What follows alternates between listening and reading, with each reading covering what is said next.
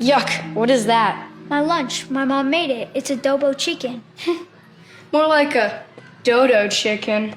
Good thing you sat at the right table. Right next to the trash. The other, which is full of drunk Liverpudlians vomiting on Filipino girls.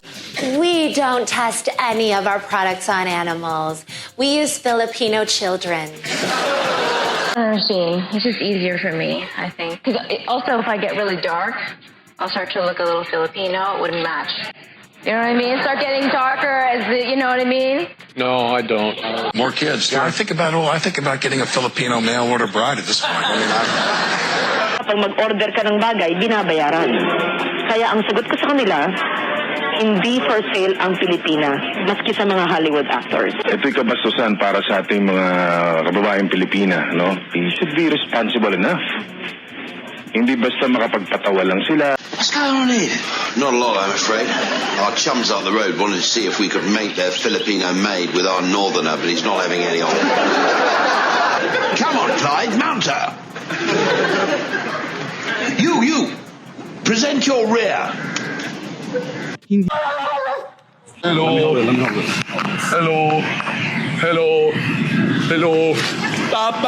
Paparazzi. DR, Colombia, the Philippines, Thailand, like women that can speak very little English, women that don't have education. Oops, mukhang hindi ata maganda ang tabas ng dila ni ate at may pinagdadaanan. Pero, bago yan. Pagbati muna mga kaproud. Today's video episode ay pag-uusapan natin ang mga tulongges na nangutya sa Filipino at ano nga bang napala nila na siguradong pinagsisisihan nila kagad.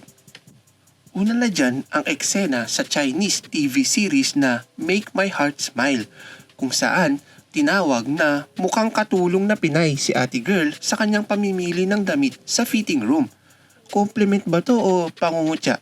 Ang gandang katulong naman po niyan, pero pwede namang tawaging katulong na lang. Bakit kailangan samahan pa ng Filipina? Kayo talagang mga Tsekwa, oh.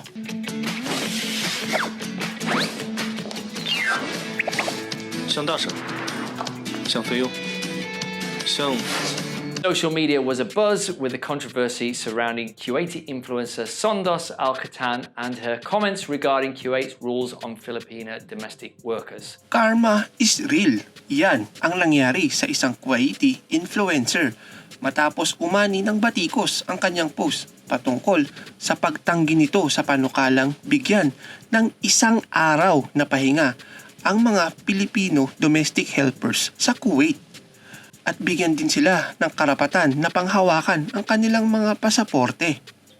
يكون عندك خادم بالبيت ويكون جوازه عنده وين كان؟ قد جوازها وراحت سافرت شلون مني عوضني ولا لا الشيء الأدوي الأمر إن كل أسبوع لها يوم أوف Agad namang nakakuha ng simpatsya sa ibang mga vlogger ang mga Pilipino o OFW at gumawa din ng hakbang ang POEA. How would you feel if you worked for someone that didn't only not give you the day off, but disagreed with the very ideology that you deserve a day off? Kuwaiti blogger Sondos Al-Katan may be blacklisted from hiring Filipino domestic helpers according to the POEA. Marami na ring mga endorsement ang nag-pull out sa kanyang social media account dahil sa kanyang inasal. Actor says it was shocked by the comments made by the influencer and suspended all collaborations with her. London-based cosmetic company Chelsea Boutique also tweets it has removed videos of Al-Katan on its channels. Ang issue ni Al-Katan ay hindi issue lamang ng pangungutya sa karapatan ng Pilipino. Issue ito sa karapatang pangtao. Walang puwang sa mundo ang mga taong sobrang privilege na sarili lamang ang iniisip. Ko na i-boycott yung Da Vinci Code movie na sinulat din ni Mr. Dan Brown, inihiling din natin ngayon na i-rectify naman niya yung sinabi niya na Manila as the gate of hell. Dito naman sa usaping fact at fiction, mukhang sobra na ata tayong sensitibo na pati ang libro ay pinapatulala. O umi-eksena lang si dating MMDA Chair Francis Tolentino. Anong masasabi mo dito, ka-proud? Is more an attack frontal and from behind on our fate. Sinulatan na raw ni Tolentino si Brown para igiit na mali ang interpretasyon nito sa Maynila. Oo nga ba sa reaksyon si Francis Tolentino o baka naman tama si Dan Brown na gates of hell talaga ang Manila? Si Lucifer nga nagtatagalog eh. Alam mo na kung saan siya dumaan. Sasalita ba siya ng Tagalog? Oo, sasalita siya Tagalog. Madam. The Gates of Hell issue has triggered mixed reactions from netizens on Twitter. Supermax said he grew up in Manila and he says there is no heaven there. There's no problem with the depiction. Hell is more fun anyway. Do you run on a machine? You run outside? I run on a machine. It's just easier for me, I think. Because also, if I get really dark, I'll start to look a little Filipino. It wouldn't match. You know what I mean? Start getting darker as the, you know what I mean? No, I don't. Ano pa nga ba mga ka-proud? Syempre hindi din nagustuhan ng karamihan sa mga Pinoy netizens ang pahayag na yan ni Lucilio na siya ay magmumukhang Pilipino kapag siya ay naarawan. Humingi din naman ng paumanhin ng Hollywood actress sapagkat hindi lamang daw naintindihan ang buong konsepto ng kanyang pahayag. At nilahad pa sa ibang mga interview na siya ay lumaki na may mga Pilipinong matalik na kaibigan. Nagsorry ang Hollywood actress na si Lucy Liu matapos ang komento niya sa isang live interview. Humingi ng paumanhin si Liu. Taken out of context daw ang kanyang komento. Also, if I get really dark, I'll start to look a little Filipino. It wouldn't match. Bahala ka nga dyan, Lucy Liu. Basta, mas maganda pa nga si Poco ang sayo eh. To have more kids. I think about getting a Filipino mail order bride at this point. I mean, Kapag mag-order ka ng bagay, binabayaran. Kaya ang sagot ko sa kanila, hindi for sale ang Pilipinas, maski sa mga Hollywood actors. Ito'y kabastusan para sa ating mga kababaeng Pilipina, no? You should be responsible enough. Hindi basta makapagpatawa lang sila. Hindi na nagustuhan ng mga noon ay senador na si Loren Legarda at Bong Revilla ang biro ng Hollywood actor na si Alec Baldwin tungkol sa mga Filipina mail order bride.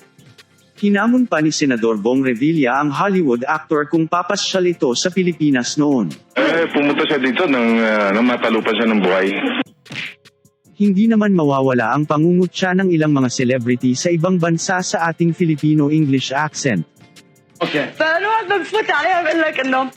How are you, Mom and Sam? Good morning. How are you today? Merry Christmas. Ma'am, today we have the new collection. We have that one and that one in yellow.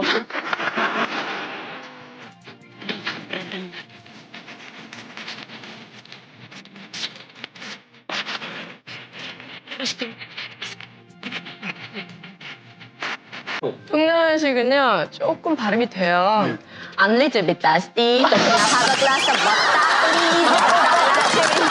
Siyempre pa hindi papayag ang ating mga kababayan netizen at pinutakte ang kanilang social media account at humingi naman sila ng tawad. You know, I do it with a little bit of exaggeration just to add the comic factor on it. I'd never meant to insult anyone. It was never meant to be serious. First of all, I would like to apologize from the bottom of my heart and to say that I did not really mean to insult or mock or hurt anyone. Filipinos stick together, whether it's through Bayanihan, the spirit of community, or repping the flag loud and proud anywhere in the world. They don't back down and they don't stand alone. Mess with one, you mess with millions, and that's not a fight you want. So the next time you underestimate a Filipino, remember the warrior spirit, the heart, and the hustle. Respect the culture, respect the people. And always remember, you don't mess with Filipinos.